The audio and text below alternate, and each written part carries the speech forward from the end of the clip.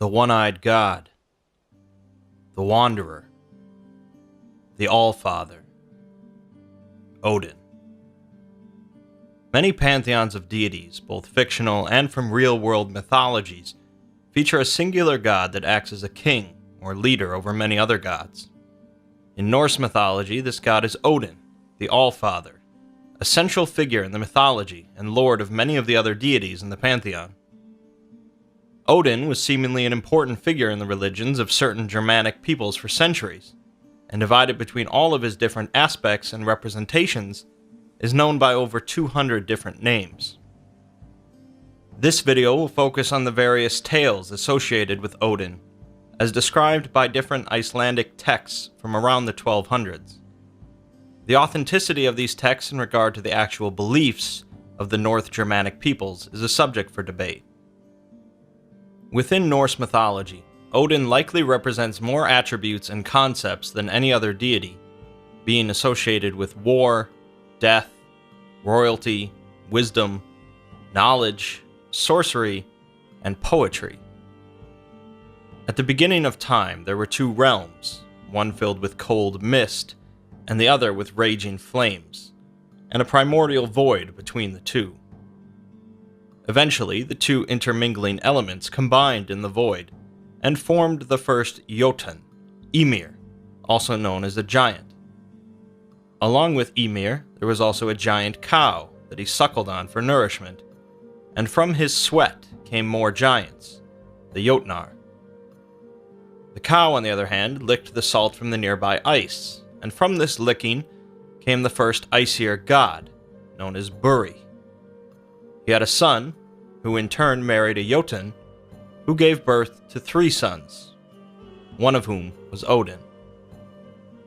Odin and his brothers then slew Ymir, the primordial giant, and the great rushing of blood that flooded from his body drowned the great cow, as well as the rest of the Jotnar, except for 2. These 2 went on to repopulate the race of giants. Odin and his brothers then took the corpse of Ymir and used it to help create the earth, using his flesh to make the soil, his bones to make mountains, and his teeth to make boulders and stones. They used his skull to create the sky, and sparks from the realm of fire to make the sun, moon, and stars. They created a race of light elves and a world for them, as well as the dark elves deep under the earth.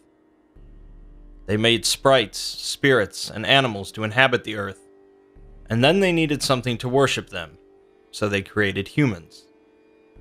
They built a fence using Ymir's eyebrows around the earth to protect the humans from the Jotnar, and finally they created the realm of Asgard, high above the world so that they could watch over their creations. He also married Frigg, who is said to know the fate of all, but says nothing of it. Odin fathered a number of sons, although exactly how many is unknown. Among these, he is the father of Thor, god of thunder, and Balder, god of light. He also took note of a certain Jotun that was capable of taking any shape he wished, to a far greater extent than other giants, known as Loki. Odin liked Loki's wit and charm, and asked him to become a blood brother, to which Loki agreed. The two swore to be true brothers to one another, and Odin brought Loki into Asgard, where he was accepted by the others. Loki, however, developed a great reputation as a spiteful trickster, trusted by neither the gods nor the giants, but always managed to talk his way back into their good graces. In these days, Odin would often walk among the humans in the disguise of a wise old wanderer, testing the hospitality of those he visits. He also utilized 2 ravens, Hugin and Munin, who traveled the world daily to provide him with information, giving him the name of Raven God. Odin was a relentless pursuer of wisdom and knowledge, and would sacrifice much in these pursuits. On one occasion, Odin went to the world tree, Yggdrasil, and hung himself from its branches for 9 days before finally learning the secrets of runic letters. These runes contained great power, and with their magic, he became the wisest and mightiest being in the cosmos. This, however, was not enough for Odin, and he craved more knowledge. From his throne, he spied upon the realm of the savage Jotnar, and noticed one that was very wise. This giant controlled a well of wisdom, where one of Yggdrasil's roots ended, and drank its waters every day to become ever wiser. Odin went to this Jotun, asking for a single drink from the well. The giant agreed, but only if Odin shared his all-seeing vision with him. Odin promptly plucked out one of his own eyes, placing it in the well before having a drink. From then on, he possessed only a single eye, but was truly the wisest of the wise. As life continued on Earth, and the gods continued to battle against the Jotnar, Odin's son Balder began to be troubled by ominous dreams that saw his life threatened. Due to the machinations of Loki, Balder was eventually killed, seemingly through an accident. Although none suspected Loki of playing a part in his death, his jealousy and spite eventually got the best of him, and he admitted openly to being responsible before fleeing. The gods demanded punishment of Loki from Odin, who used his all-seeing sight to locate him. The Aesir captured Loki and tortured him, bringing guilt to Odin for breaking his bond of kinship with Loki. This broken oath, among others in Asgard, led the gods to the events of Ragnarok, meaning doom of the gods, or twilight of the gods. Rather than being an apocalyptic end of days, Ragnarok instead foretold the end of a cycle of time, which would be followed by a rebirth, and eventually, another Ragnarok. For the Aesir gods, however, they knew their days were limited, Odin especially. Yggdrasil began to wilt, and brother turned against brother in this time of imminent destruction.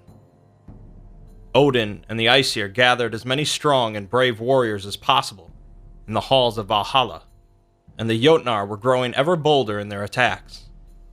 It was a hard time in the world of men, with death and depravity rampant, an age of axe and sword, with a deadly winter and the world waiting to fall into ruin. Finally, Ragnarok had come. The greatest battle that history could muster took place, and although Odin led a vast host of warriors into the war, he himself was swallowed up by the dread wolf Fenrir. In the end, the Aesir lost the battle, and the world was plunged into darkness as Yggdrasil broke and fell.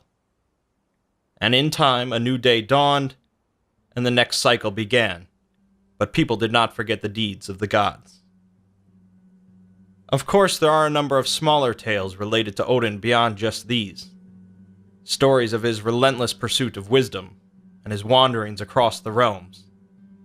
These tales showcase Odin's imperfections and similarities to mortals, his willingness to trick or deceive others, and his legendary wisdom.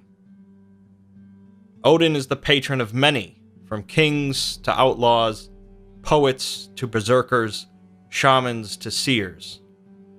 Odin represents those who are willing to work and sacrifice to obtain that which they desire, and welcomed only the most worthy of warriors into his hall of Valhalla.